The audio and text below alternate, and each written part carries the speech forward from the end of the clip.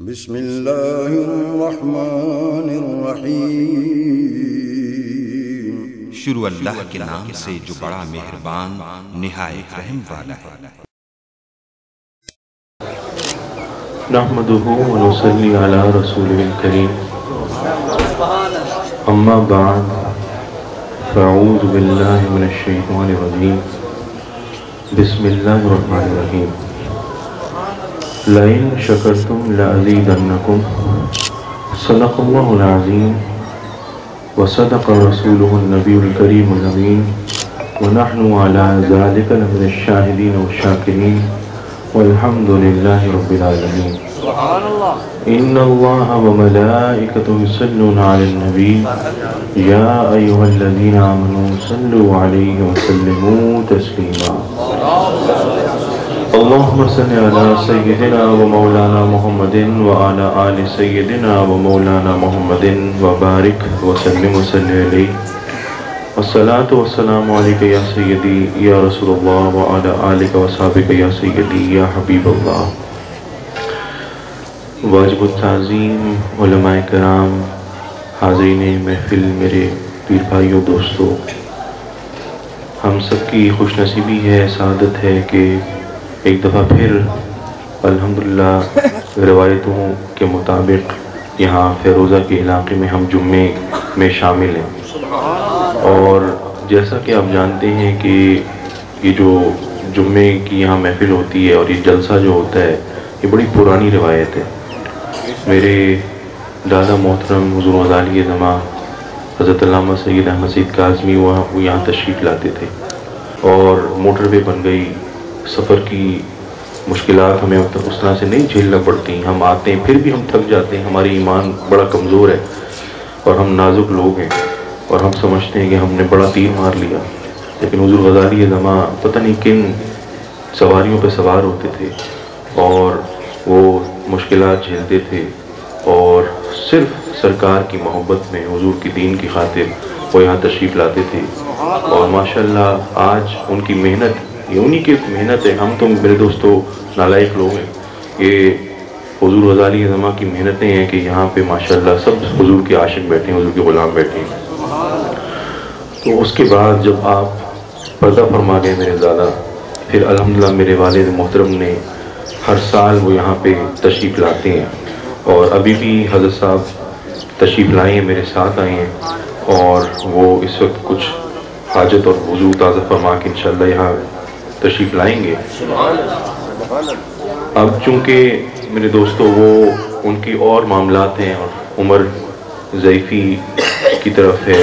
ضعیف العمر ہیں، تو اب اتنے لمبے لمبے سفر وہ باقاعدگی کے ساتھ نہیں کرتے اور مجھے بھیج دیتے ہیں، حالانکہ میں اس قابل قطن نہیں ہوں، لیکن ان کے حکم کی وجہ سے میں آتا ہوں، اور آپ حضرات محبت سے میری باتیں سن لیتے ہیں۔ اللہ تعالیٰ آپ کو اجر عظیم عطا فرمائے، آپ حضرات کو سلامت رکھے، اور یہ جو جلسے کے معاونین ہیں اور منتظمین ہیں، ہمارے بڑے فداکار جانثار پیر بھائی مل کے جلسہ کرتے ہیں، اور اس میں پیش ماشاءاللہ ہمارے یہ حسین سیدی صاحب، یہ اس کے روح رواں ہیں، وہ اس میں بڑی بڑھ چڑھ کر حصہ ملاتے ہیں، اور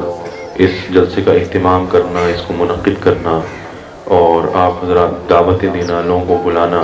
اور ماشاءاللہ سارے پیر بھائی بہت محبت والے ہیں، تو آپ سب حضرات کا اس میں بڑا حصہ ہوتا ہے۔ اور یہ جو خاص طور پہ میں سمجھتا ہوں یہ جلسے بڑے اہم ہیں، اس طرح صدیق اکبر کا دن منانا جمعے کے دن، اور آپ کی عظمت و شان کو اجاگر کرنا، آپ کے حوالے سے باتیں بتانا، لوگوں کو، عام لوگوں کو باتیں بتانا کہ حضور صدیق اکبر کا کیا شان تھی، کیا مقام تھا۔ تو میرے دوستو حضور صدیق اکبر پہ ایمان لانا تو آپ کی عزت کا اعتراف کرنا، یہ تو ایمان کا لازم و ملزوم حصہ ہے، تو لازم و ملزوم حصہ ہے۔ اگر آپ صدیق اکبر کے حوالے سے دل صاف نہیں ہے تو میرے دوستو آپ مسلمان ہی نہیں ہیں، آپ اسلام سے خارج ہیں۔ کیوں؟ اس لیے کہ آپ نے پھر قرآن کے اوپر، کیونکہ صدیق اکبر کا ذکر تو قرآن میں نا، ثانی اثنین اذ ہما فی الغار، تو آپ کے اوپر ایمان لانا، آپ کی شان کا مترف ہونا، اگر آپ کوئی انسان بدنصیب یہ نہیں کرتا تو وہ مسلمان نہیں ہے۔ تو یہ ہمارے لیے لمحہ فکریہ ہے کہ صدیق اکبر اور جو باقی جلیل القدر اصحاب کرام ہیں ان کا کیا مقام ہے، اور یہ لوگوں میں اجاگر کرنا، تو اس لحاظ سے بھی یہ جلسہ منفرد ہے۔ اس لحاظ سے عام طور پہ اس طرح کے جلسے نہیں ہوتے، اور خاص طور پہ خلفاء راشدین کے حوالے سے ان کی شان بیان فرمانا، تو یہ الحمدللہ اس علاقے کا خاصہ ہے۔ یہاں پہ آپ آتے ہیں اور ماشاءاللہ جید علماء کرام یہاں پہ اپنے نصیحتوں سے، اپنے واعظ سے، جیسے مولانا احمد سعیدی صاحب ماشاءاللہ بڑے جلیل القدر ہمارے یہ استاد ہیں، اور بڑی ماشاءاللہ علم کا سمندر ہے، تو یہ جو باتیں بتاتے ہیں بڑی ٹھوس باتیں ہوتی ہیں، ہمارے ایمان کو تقویت پہنچاتی ہیں، ہمارے ایمان کو تازہ کرتی ہیں۔ مختصر وقت ہے اور انشاءاللہ بھی جمعہ بھی پڑھنا ہے، چند باتیں میں کچھ اور انداز میں کروں گا، کیونکہ حضرت نے تو صدیق اکبر کی شان بیان فرما دی، اور بڑے حضرت صاحب بھی اگر کچھ میرے خیال میں کچھ بولیں گے تو مناسب سمجھیں گے۔ میں آپ کا جو ذہن بنا کر آیا تھا، میرا ذہن ایک اور طرف ہے آج، اور اس طرف میں توجہ دلاؤں گا۔ ہمارے معاشرے میں کچھ باتیں بڑی پھیلتی جا رہی ہیں، اور ہمیں اس طرف توجہ کی ضرورت ہے، اور اپنے اخلاق کو ٹھیک کرنے کی ضرورت ہے، اپنے گریبانوں میں جھانکنے کی ضرورت ہے، اپنا محاسبہ کرنے کی ضرورت ہے۔ میرے دوستو، ہمارا ایمان کا درجہ بڑا کم ہو گیا ہے، اور ہمارے ایمان میں حلاوت نہیں ہے، اس میں گرمی نہیں ہے، اس میں جوش نہیں ہے۔ ہم سمجھتے تو ہیں کہ ہم بڑے پاک باز ہیں، ہماری داڑیاں ہیں، ہم باشرہ ہیں، ہم نمازیں پڑھتے ہیں، لیکن میرے دوستو جو ایمان کی حلاوت ہوتی ہے، اور جو ایمان کا جذبہ ایمانی ہوتا ہے، اور جو اخلاقیات ہوتی ہیں جو سرکار نے ہمیں سکھائیں، اس سے ہم لوگ بڑے دور ہیں، اور ہمیں یہ کچھ معاملات میں اپنے معاشرے کو ٹھیک کرنے کی ضرورت ہے۔ جو آیت کریمہ میں نے آپ کے سامنے تلاوت کی، لَإِن شَكَرْتُمْ لَأَزِيدَنَّكُمْ، اللہ تعالیٰ کیا فرماتا ہے؟ بڑی مشہور آیت ہے۔ اللہ تعالیٰ فرماتا ہے کہ اگر تم میرا شکر ادا کرو گے تو میں تمہیں مزید ادا کروں گا۔ اگر تم میرے شکر گزار بندے بن جاؤ گے، اگر تم میرا شکر ادا کرو گے، میری نعمتوں پر شکر کرو گے، تو میرا وعدہ ہے کہ میں تمہیں اور عطا کروں گا، تمہیں اور نوازوں گا، کمی نہیں آئے گی، تمہیں اور اس میں اضافہ تم پاؤ گے۔ میرے دوستو، شکر جو ہے وہ بڑی اہم چیز ہے، اور ہم عام طور پہ دیکھتے ہیں کہ ہمارے پیش نظر دنیا ہوتی ہے، اور دنیا کے مقاصد ہوتے ہیں، دنیا کا حصول ہوتا ہے، دنیا ہمیں بڑی پیاری ہے، اور اگر ہمارے ذہن کے موافق، ذہن کے مطابق کوئی کام نہ ہو تو ہم بڑے مایوس ہو جاتے ہیں، نا امید ہو جاتے ہیں، اور ہم سمجھتے ہیں کہ بس دنیا ہماری ختم ہو گئی اور اب کچھ نہیں باقی بچا۔ میرے دوستو، اس کی بڑی وجہ یہ ہے کہ ہم ناشکرے لوگ ہیں، ہم شکر گزار نہیں ہیں، ہمیں اللہ کی نعمتوں پہ شکر کرنا نہیں آتا، اور اس باری تعالیٰ نے جو ہمیں نعمتیں عطا کی ہیں تو ہم اس کا شکر ادا نہیں کرتے۔ جو اللہ کا شکر گزار بندہ ہوتا ہے میرے دوستو، وہ کبھی ایسی باتیں نہیں کرتا، اور اپنے لب پر وہ کبھی شکایت نہیں لاتا اپنے رب کے لیے۔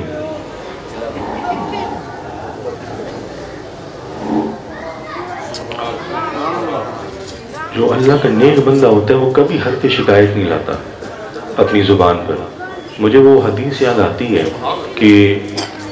حضرت عطا رضی اللہ تعالیٰ عنہ وہ غالباً تابعی ہیں، اور وہ حضرت عائشہ صدیقہ کے پاس آئے، اور حضرت عائشہ صدیقہ سے انہوں نے عرض کی کہ ام المومنین، مجھے سرکار دو عالم کی کوئی بڑی عجیب اور تعجب والی بات بتائیں، بڑی عجیب اور تعجب والی بات مجھے سرکار دو عالم کی بتائیں۔ تو ام المومنین نے جب یہ بات سنی تو آپ رو پڑی، اور آپ نے فرمایا کہ میرے آقا و مولا کی، میرے حضور کی کون سی ادا پیاری نہیں ہے، کون سی ادا نرالی نہیں ہے۔ ارے آپ کا حسن و جمال ہو، آپ کی کھانے پینے کی عادتیں ہوں، آپ کی چلنے پھرنے کی عادتیں ہوں، آپ کی سونے کی عادتیں ہوں، آپ کی گفتار ہو، بات کرنے کی انداز ہو، لباس ہو، آپ کا کسی بھی شعبے میں آپ کی ادائیں دیکھنی ہو تو سرکار کی تو ہر ادائی ایک دوسرے سے بڑھ کر ہے. وہ تو مکمل حسن و جمال ہے اور وہ رحمتوں کا بہتا ہوا سمندر ہے. تو ان کی کون سی بات تعجب خیز اور عجیب نہیں ہے. ساری کی ساری ان کی جو باتیں ادائیں ہیں وہ دل کو لبھانے والی ہیں, دل کا چین و قرار ہے اور مومن کی دل کی ٹھنڈک ہے. تو صدیقہ حضرت ام المومنین عائشہ صدیقہ رو پڑی. تو اسرار پر آپ نے پھر اصرار کیا حضرت عطا نے. آپ نے کہا کہ نہیں جی آپ بتائیں, آپ کتنا عرصہ ماشاءاللہ حضور کی قرابت آپ کو نصیب ہوئی, تو پھر بھی کچھ عطا فرمائی. تو حضرت ام المومنین نے فرمایا کہ ایک دن ایسا ہوا کہ میں گھر پر تھی اور رات کے پچھلے پہر سرکار دو عالم وہ میرے گھر تشریف لائے اور سرکار بستر پہ لیٹ گئے اور میں سرکار کے نزدیک تھی. تو سرکار نے فرمایا اے ابو بکر کی بیٹی, مجھے اجازت دو کہ میں اپنے رب کی عبادت کروں. اے ابو بکر کی بیٹی, مجھے اجازت دو کہ میں اپنے رب کی عبادت کروں. تو عائشہ صدیقہ نے فرمایا کہ حضور مجھے آپ کا قرب بڑا پیارا ہے, آپ کی نزدیکی مجھے بڑی پیاری ہے, لیکن میں آپ کی خواہش کو اپنی خواہش پہ ترجیح دیتی ہوں اور میں آپ کو اجازت دیتی ہوں کہ آپ اللہ کی عبادت فرمائیں. تو سرکار بستر سے نکلے اور سرکار نے وضو فرمایا اور بڑا تھوڑا سا پانی سرکار نے استعمال کیا وضو کے لیے, اور سرکار مصلی پہ کھڑے ہو گئے اور سرکار نے نماز شروع کر دی. اور نماز شروع کی تو سرکار کے اوپر گریہ اوزاری کی کیفیت طاری ہو گئی اور سرکار رونے لگ گئے. آنسو اشکبار ہو گئے. سرکار کے آنسو ٹپ ٹپ آپ کے رخسار مبارک پر گرتے رہے اور آپ کی داڑھی بھیگ گئی. پھر آپ کے سینے پہ وہ آنسو وہ تیرتے ہوئے نظر آتے تھے اور آپ کا سینہ آنسو سے بھر گیا.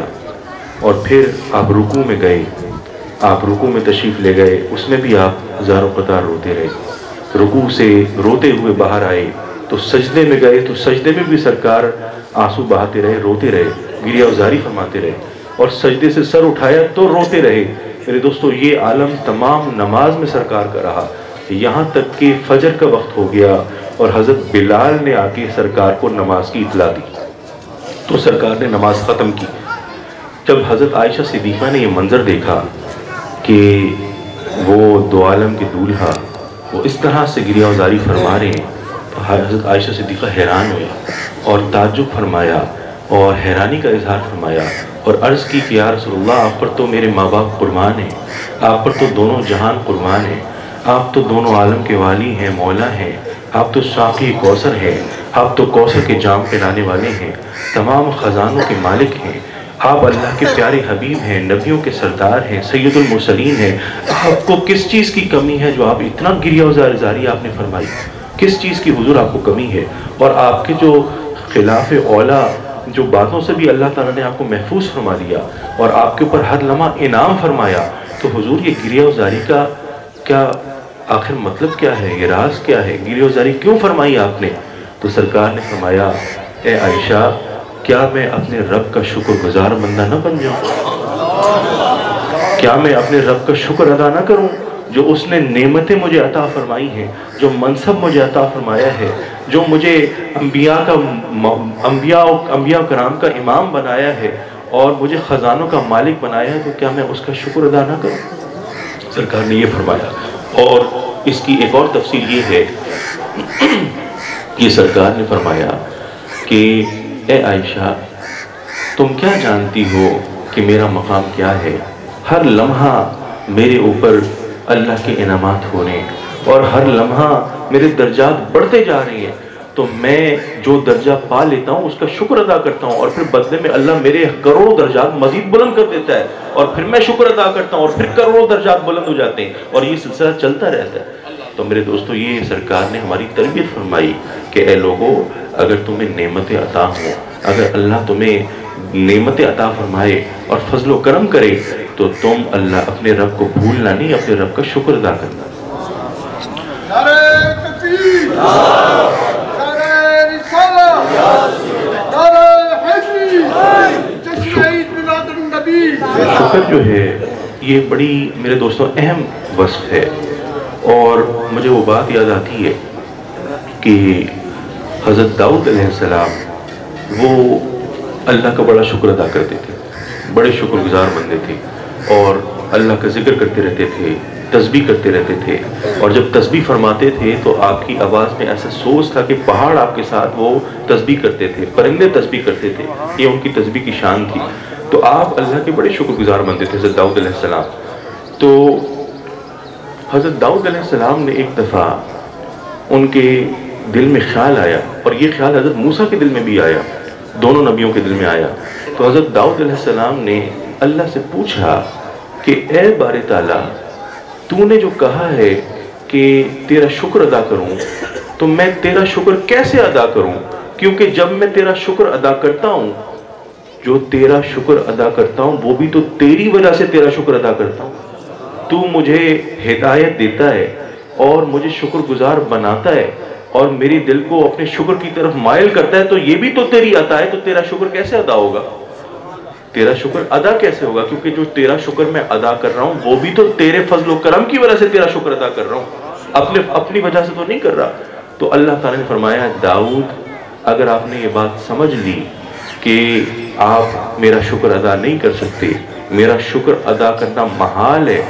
آپ نے جب یہ بات سمجھ لی کہ جو آپ کو شکر کی توفیق دیتا ہوں وہ بھی میں دیتا ہوں، اور میری توفیق سے آپ اللہ میرا شکر ادا کرتے ہیں، جب یہ بات آپ کو سمجھ میں آ گئی تو آپ میرے شکر گزار بندے بن گئے۔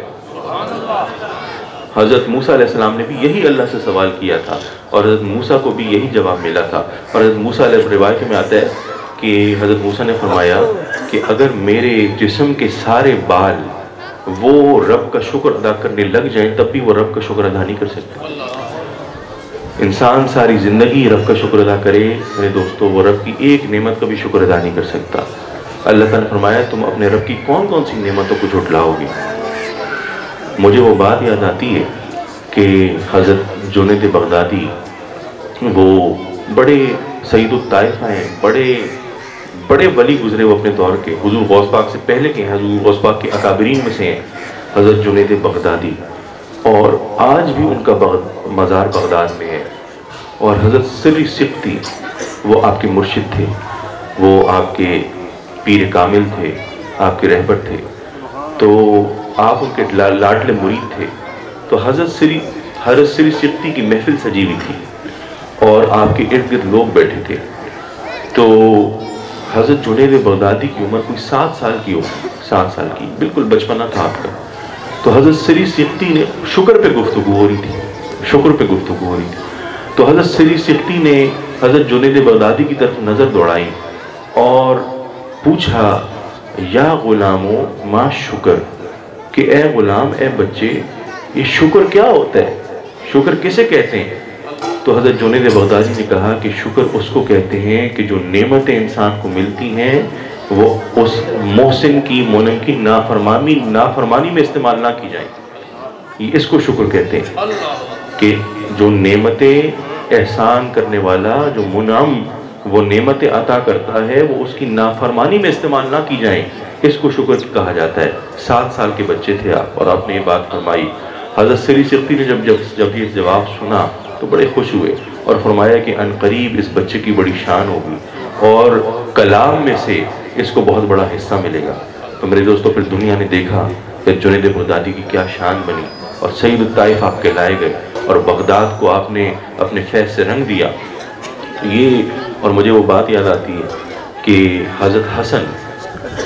حضرت علی کے بڑے شہزادے، جنت کے مالک، وہ ان کا کیا عالم تھا۔ آپ کعبۃ اللہ میں گئے اور آپ نے کعبے کی دیوار سے چمٹ گئے، آپ اس کو پکڑ لیا اور چمٹ کے آپ رونے لگے، زارو قطار رونے لگے، اور آپ نے فرمایا کہ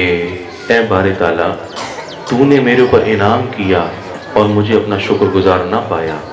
اور تو نے مجھے مصیبتوں میں اور علاموں میں تو نے مجھے آزمائشوں میں ڈالا اور مجھے صبر کرنے والا نہ پایا، اور اے بار تعالیٰ میں تیرا شکر ادا نہیں کر سکا، اور اس کے باوجود تم نے مجھ سے نعمتوں کو نہ چھینا، اور اے بارے تعالیٰ تو نے میرے اوپر سے وہ مصیبتوں کو ہٹا دیا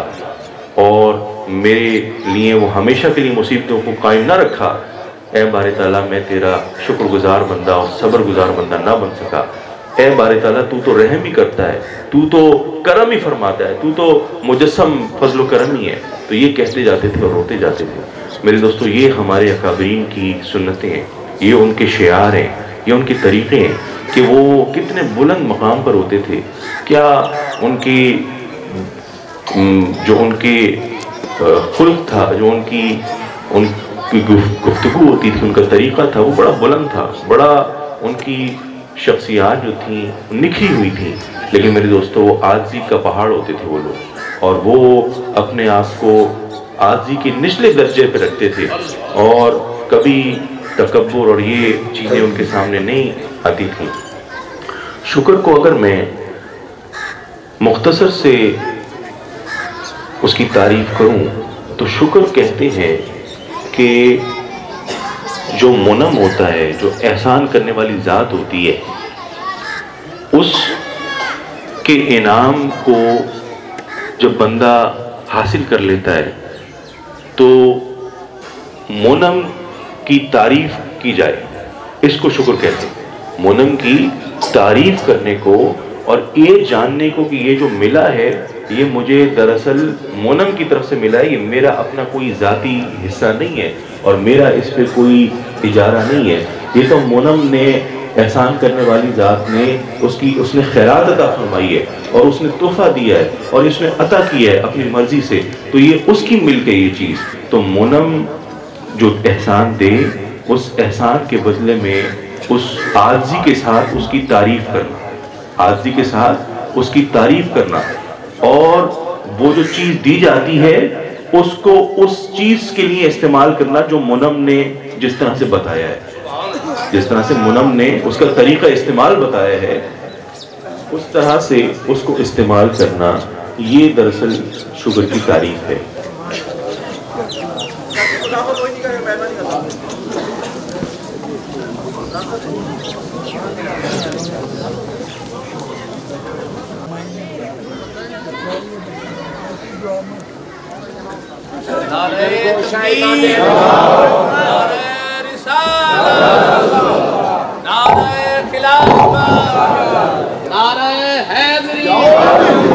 جانشین امام اہل سنت فیضان حضور غزالی زمان، فیضان حضور غزالی زمان، جانشین امام اہل سنت، جانشین غزالی زمان، نعرہ تکبیر، خانوادہ سعیدیہ کاظمیہ۔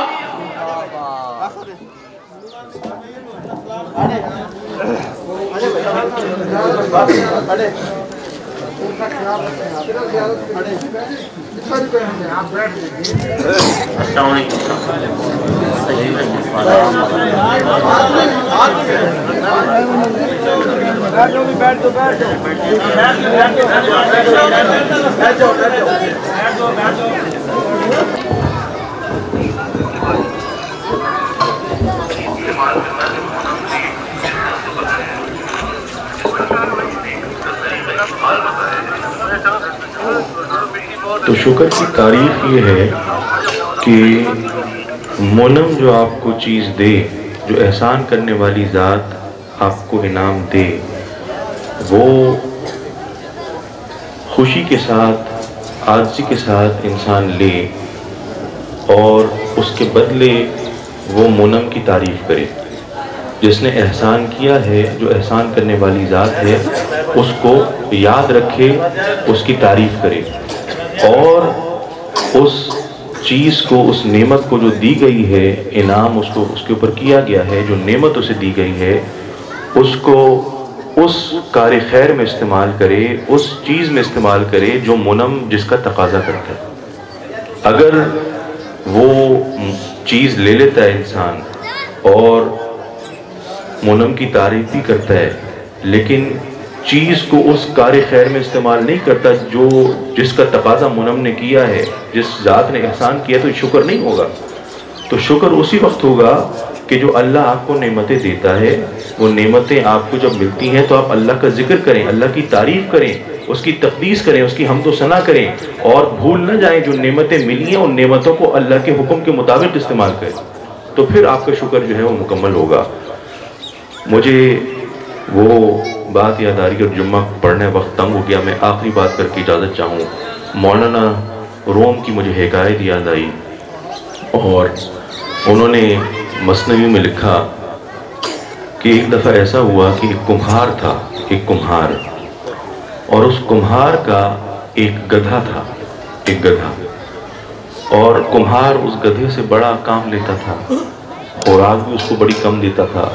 اور وہ گدھا جو تھا وہ ہڈیوں کا ڈھانچہ بن گیا تھا، کام کر کر کر، تکلیفیں برداشت کر کر کر، وزن اٹھا اٹھا کر ہلکان ہو گیا تھا، اس کی جو زندگی تھی وہ اجیرن تھی، اور پھر اس کو مارے بھی پڑتی تھی، کھانا بھی کم ملتا تھا، تو بڑا سخت تنگ تھا وہ گدھا، اور دیکھنے سے جو بھی دیکھتا تھا لگتا تھا کیسا مریل گدھا ہے، اور بالکل ہی اس کی جان ختم ہو گئی ہے۔ تو ایک دفعہ ایک شاہی استبل کے محافظ نے، جو کہ کمہار کا دوست تھا، وہ آیا اس کے پاس ملنے، تو اس نے اس گدھے کو دیکھا، نظر پڑ گئی اس کی، تو اس نے کہا کہ بھئی گدھا تو تمہارا بڑا لاغر ہے، بڑا کمزور ہے، اور میں شاہی استبل کا محافظ ہوں، اور میرے نیچے ماتحت پورا عملہ ہے، اور شاہی استبل کے گھوڑوں کا خیال میں رکھتا ہوں، میں انچارج ہوں، ان کی خوراک کا بندوبست کرنا، ان کا خیال رکھنا ہے سارا میرے ذمے، تو تم ایسا کرو اس گدھے کو کچھ دنوں کے لیے میرے سپرد کر دو، میرے حوالے کر دو، یہ شاہی محل میں جائے گا، شاہی استبل میں جائے گا، وہاں گھوڑوں کے ساتھ رہے گا، اور اچھی خوراک اسے ملے گی، وہاں کھائے گا، آرام و سکون حاصل کرے گا، تو یہ پھر سے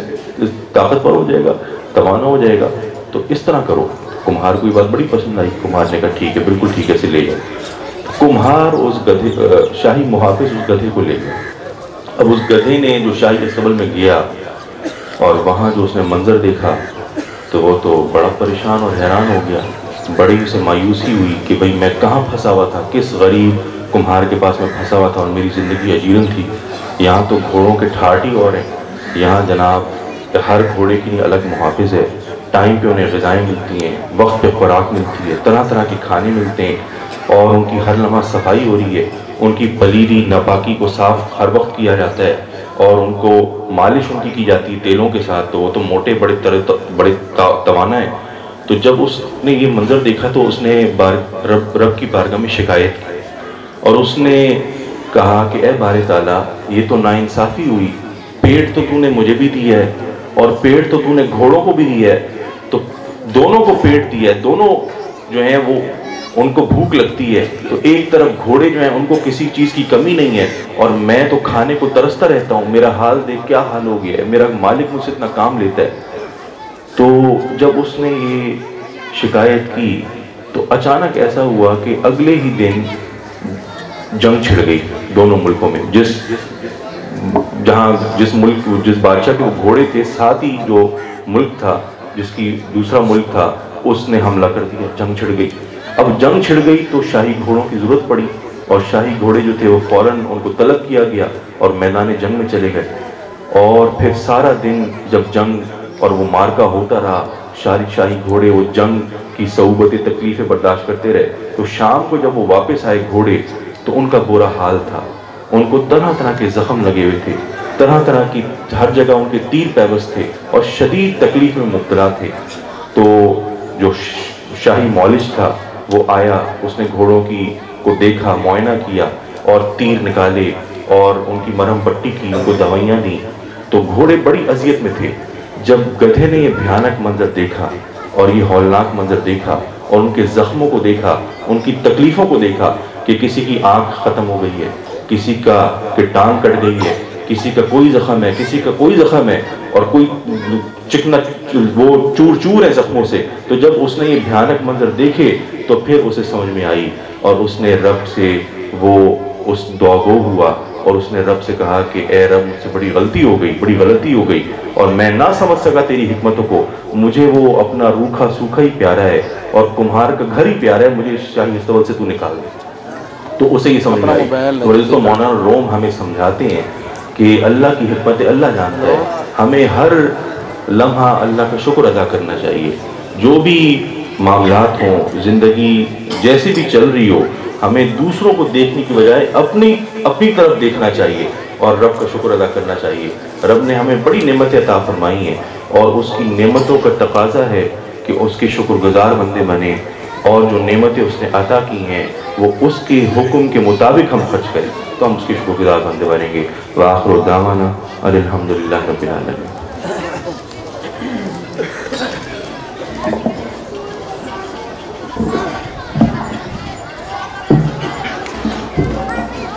احباب ذی وقار، وقت کے دامن میں گنجائش نہیں، صلاۃ جمعہ کا وقت قریب تر ہے. بآواز بلند ایک نعرہ لگائیے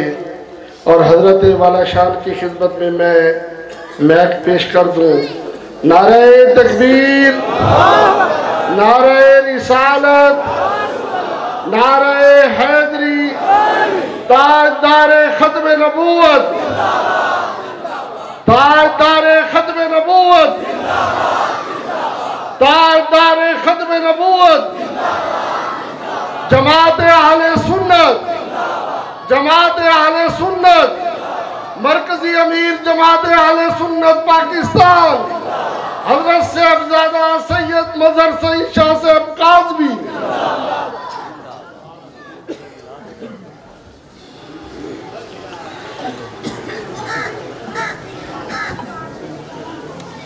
الحمدللہ الحمدللہ وکفا وسلام علی عبادہ الذین اصطفیٰ. نحمد اللہ العلی الاکبر ونصلی علی رسولہ النبی الانور وعلی آلہ واصحابہ السرج الغرر. اما بعد، اعوذ باللہ من الشیطان الرجیم، بسم اللہ الرحمن الرحیم. هو الذی ارسل رسولہ بالہدی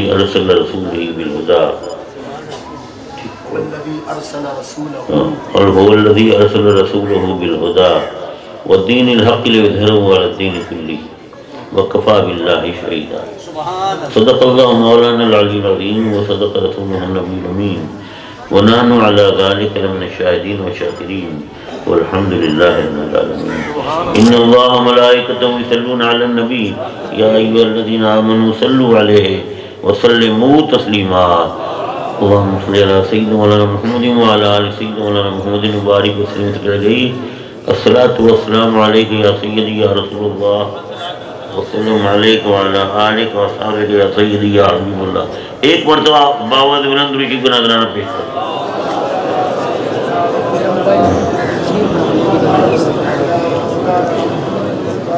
واجب الاحترام علماء کرام، موجود حاضرین، پیارے دوستوں اور بھائیوں، نماز جمعہ بڑی تاخیر ہو رہی ہے اور میں خطاب کے لیے نہیں، مولانا تینمند نے کہا کہ آپ 2 جملے کہہ دیں اور پھر نماز کے لیے چلیں.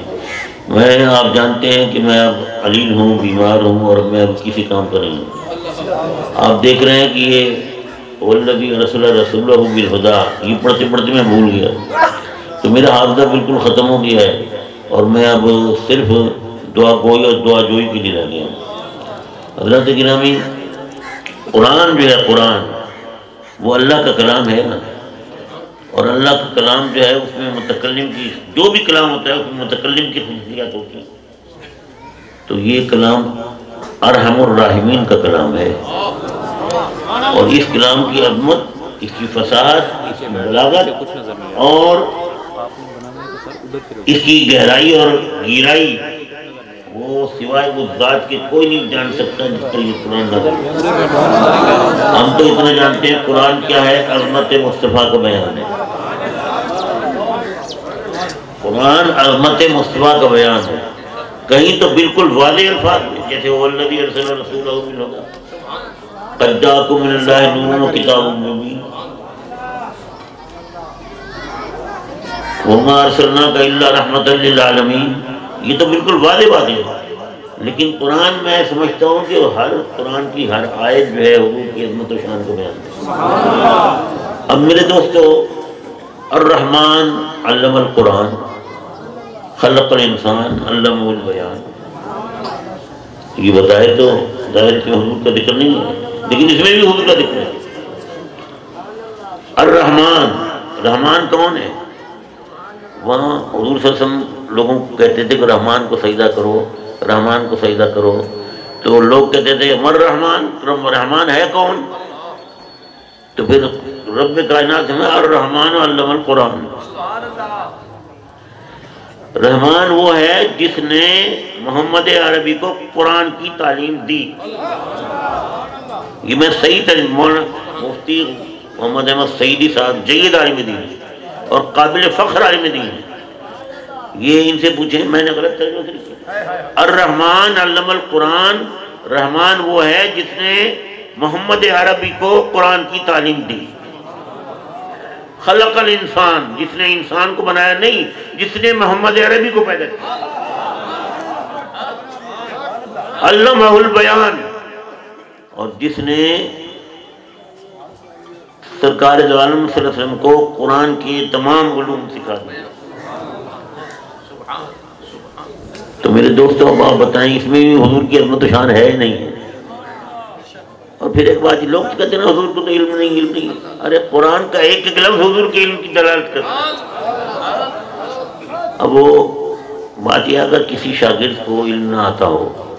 تو اس کی تین وجوہات ہو سکتی ہیں۔ ایک یہ کہ وہ جو پڑھانے والا ہے اسے خود زیادہ علم نہیں آتا، پڑھانے والا وہ بھی زیادہ علم نہیں رکھتا تو وہ کیا پڑھائے گا، یا یہ کہ پڑھانے والا تو علم تو رکھتا ہے لیکن وہ بخیل ہے، وہ دوسرے کو علم دیتا نہیں ہے، یہی ہو سکتا ہے نا۔ تیسری بات یہ، دوسری بات یہ کہ جو طالب علم ہے وہ نااہل ہے، اس کا دماغ ہی غبی ہے، وہ بالکل غبی ہے، وہ پڑھانے والا پڑھاتا ہے لیکن وہ یاد نہیں رہتا، بھول جاتا ہے۔ تیسری بات یہ کہ جو کتاب پڑھائی جا رہی ہے اس کتاب میں وہ باتیں نہیں ہیں، سارے علوم نہیں ہیں اس کے اندر، کتاب جو پڑھائی جا رہی ہے اس میں علم نہیں ہے تو پھر علم ملے گا کیسے؟ تو ذرا آپ غور کریں، یہاں پڑھانے والا ہے رحمان، اور جو کتاب پڑھائی جا رہی ہے وہ ہے قرآن، اور جسے پڑھایا جا رہا ہے وہ ہے محمد عربی۔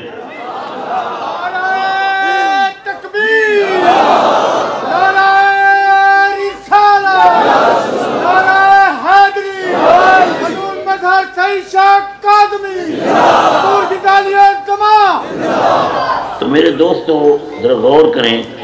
کہ یہ وہ میں نے سورۃ الرحمن کی آیتیں پڑھی جن پہ بظاہر حضور کا ذکر نہیں ہے لیکن حقیقتاً یہاں بھی حضور کی نعت ہی نعت ہے۔ تو بات یہ ہے کہ دل میں محبت ہو حضور کی تو پھر قرآن پڑھو، محبت کی شمع جمع کرو، فروزہ کرو، اور پھر قرآن کو پڑھو تو قرآن عظمت مصطفیٰ کا بیان ہے۔ میرے دوستو بس یہ دعا کرو، کچھ رہے نہ رہے حضور کی محبت رہ جائے، کچھ رہے نہ رہے حضور کی محبت رہ جائے گی۔ اس دنیا میں اللہ رکھے تو حضور کی محبت میں رکھے، اور قبر میں جائیں تو حضور کی محبت کا چراغ لے کر جائیں تاکہ ہماری قبر اس چراغ کے نور سے نہ ہو۔ آمین، وآخر دعوانا الحمدللہ۔